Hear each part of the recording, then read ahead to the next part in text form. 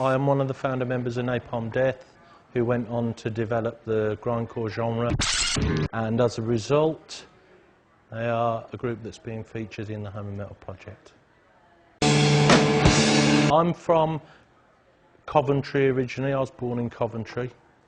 I was in a children's home there, and then I was adopted and moved to Meriden, which is a very small village between Coventry and Birmingham, the centre of England. I began to get interested in music when I was 10. I wasn't really interested in much except for literature before that. And then I met my next door neighbour, Miles Ratledge, and we started to do a fanzine together when I was 11 and he was 12. And then, because we were seeing lots of concerts and meeting bands through the fanzine, we naturally started to write songs ourselves, so we formed the band to express ourselves, really. That's me, and that's Miles, Rat, and that's with a copy of our fanzine, which was taken for the Birmingham Evening Mail, who wrote a story on our fanzine. Sort of within a year of getting into punk, we discovered a band called Crass, who were an anarchist punk band, and really their critique meant that those larger bands, who were really just rock and roll bands who were dressed in funny clothes, hoping to get record deals, they seemed completely bogus when put up against the politics and the attitude and the approach of bands like Crass. So and also musically, the underground music was a lot harsher, a lot more abrasive, a lot more aggressive, which obviously had an impact on Napalm Death later as we started to develop the grindcore sound. There was quite a big recession in Britain at the time, and the sounds of the city were harsh and cold and grey and steely and very much like granite.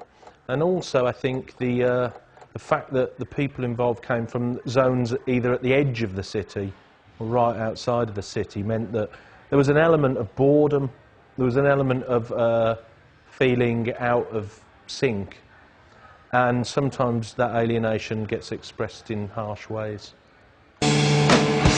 But I think there were a lot of people looking for something that was exciting, that they weren't being peddled, and this music wasn't being peddled. It had no coverage in the music press. You found out about it, you went to it, and then you would go into a concert room, say, if you hadn't been involved, and there'd be, say, a few hundred people all getting into something that nobody had told them to like. That's quite exciting. It also really ties into the British pop culture aspect of being elitist, which we're very, very good at. There are connections between all of the initial 5 groups that are featured in the project, as I'm sure there will be when it extends to cover other groups.